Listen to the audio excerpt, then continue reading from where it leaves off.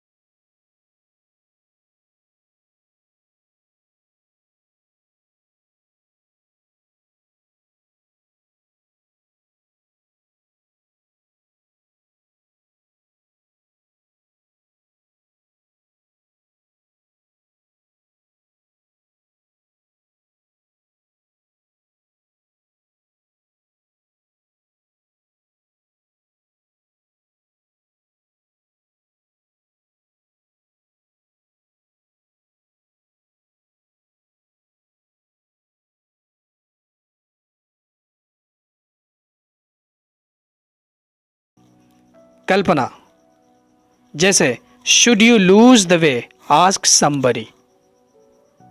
आपका कोई कुलीग है या फॉर एग्जांपल आपका भाई है, आप उसे कहीं भेज रहे हैं जिसने ठीक ढंग से रास्ते को देखा नहीं है। ठीक है, उस टाइम पे आप अपने भाई से क्या कहते हैं कि should you lose the way, हो सकता है कि तुम रास्ता भूल जाओ। और अगर तुम रास्ता भूलो, आस्क समबडी, किसी से पूछ लेना। तो आप कल्पना कर रहे हैं कि हो सकता है कि रास्ता भूल जाओ, तो फिर क्या करना, किसी से पूछ लेना। अब यहाँ पे शुड का यूज़ किया गया है और ये सपोजिशन इस सेंटेंस के अंदर आया किस लिए, शुड के यूज़ की वजह से। शुड का यूज़ नहीं होता यहाँ पे अगर विल का यूज़ करते या वुड का यूज़ करते या फिर इसकी जगह पे शैल का यूज़ करते तो सेंटेंस का मतलब कुछ और होता, लेकिन शुड का यूज़ किया गया है। और शुड के यूज़ की वजह से सेंटेंस में भाव किसका आया, सेंस किसका मिला आपको, सपोजिशन यानी कल्पना का।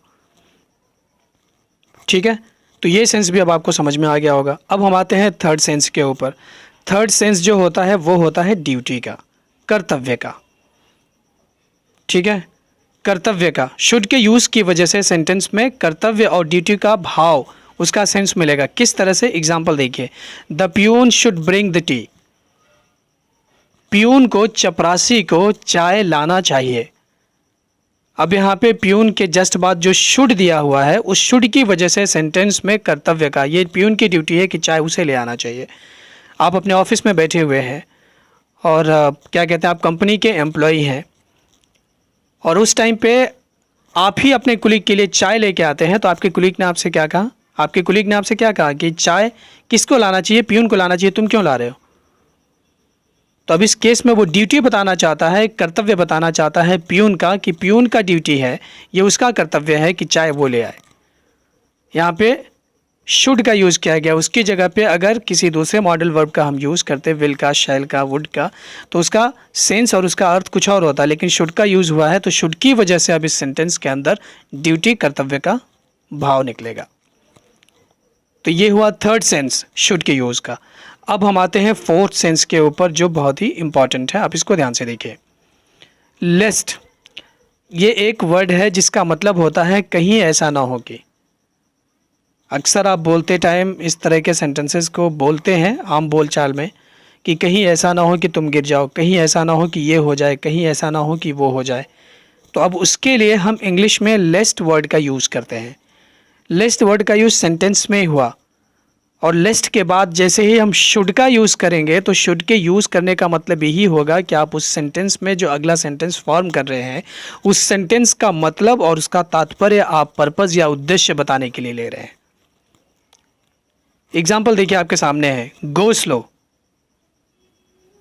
धीरे चलो, लेस्ट यू शुड स्लिप डाउन, कहीं ऐसा ना हो कि तुम गिर जाओ। तो अब देखिए, गो स्लो है, धीरे चलने के लिए कहा जा रहा है। अब उसके बाद लेस्ट आया है, कहीं ऐसा ना हो कि, और फिर उसके बाद सेंटेंस में शुड आया है। तो अभी शुड की वजह से पर्पस सेंटेंस में आ जाएगा, पर्पस का भाव, उद्देश्य का भाव आ जाएगा। किस तरह से? धीरे चलो, धीरे चलने का उद्देश्य क्या है, पर्पस क्या है, कि कहीं ऐसा ना हो कि तुम गिर जाओ। तो लेस्ट के बाद शुड का यूज़ सेंटेंस में पर्पस और उद्देश्य बताने के लिए किया जाता है। ये हुआ एक सेंस। अब हम आते हैं अगले सेंस के ऊपर। नंबर 5 है ओपिनियन, नज़रिया या राय बताने के लिए भी हम लेस्ट का यूज़ करते हैं। राय बताने के लिए, ओपिनियन बताने के लिए। एग्जाम्पल आपके सामने, एग्जाम्पल से समझिए। They should be on the way to Delhi, अब उनको दिल्ली के रास्ते में होना चाहिए। फॉर एग्ज़ाम्पल, एक परिवार में पेरेंट्स हैं और उनके बच्चे हैं। बच्चे घर पे हैं और पेरेंट्स कहीं बाहर गए हुए हैं, फॉर एग्ज़ाम्पल जयपुर गए हैं, और बच्चे आपस में बैठे हुए गेस कर रहे हैं कि उनको कहाँ होना चाहिए, क्योंकि जयपुर से अब वो चल चुके हैं, ठीक है। और चलते टाइम उन्होंने बच्चों को फ़ोन किया। अब बच्चे आपस में बैठ के गेस कर रहे हैं कि अब कहाँ होंगे। उन्हीं बच्चों में से एक बच्चे ने क्या कहा कि they should be on the way to Delhi. अब वो अपना ओपिनियन बता रहा है, अपना नज़रिया बता रहा है कि उसके हिसाब से अब उसके मॉम डैड को कहाँ होना चाहिए, दिल्ली वाले रास्ते में होना चाहिए। और ये ओपिनियन और नज़रिया, इसका जो कॉन्सेप्ट है, इसका जो सेंस है, किसकी वजह से मिला? सेंटेंस में देख के जस्ट बाद शुड का जो यूज़ हुआ है उसकी वजह से। इसकी जगह पे अगर विल का यूज़ होता तो सेंटेंस का मतलब कुछ और होता, लेकिन शुड का यूज़ किया गया है, तो अब सेंटेंस में भाव किसका मिला है? ओपिनियन का। ठीक है, ये एक सेंस हुआ। अब हम आते हैं नेक्स्ट सेंस के ऊपर। शुड का यूज़ किया जाता है एडवाइस, सलाह लेने या सजेशन, सुझाव देने के लिए किया जाता है। ठीक है, कुछ बच्चों को कन्फ्यूज़न होता है कि एडवाइस और सजेशन दोनों एक ही होते हैं। दोनों का फ़र्क भी आप यहाँ समझ लीजिए। एडवाइस का मतलब होता है सलाह लेना, ठीक है, सलाह लेना या फिर सलाह देना भी हो सकता है। और सजेशन का मतलब होता है सुझाव देना या सुझाव लेना। ये फ़र्क होता है सजेशन में और एडवाइस में। और शुड का यूज़ सजेशन के लिए भी किया जाता है और एडवाइस के लिए भी किया जाता है। एग्जाम्पल से हम इसको समझते हैं। We should go to the temple, ये एग्जाम्पल है, और इस एग्जाम्पल के अंदर एडवाइस है we should go to the temple. 5-10 लोग हैं जो कहीं चलने का प्लान बना रहे हैं कि हमको पिकनिक पे जाना चाहिए या फिर हमको यहाँ विज़िट करना चाहिए, लेकिन उन्हीं में से एक ने क्या कहा कि we should go to the temple, वो एडवाइस दे रहा है, सलाह दे रहा है कि हमको कहाँ जाना चाहिए, टेम्पल जाना चाहिए। अब ये एडवाइस और सलाह, इसका जो सेंस है वो मिला हमको किससे, शुड की वजह से।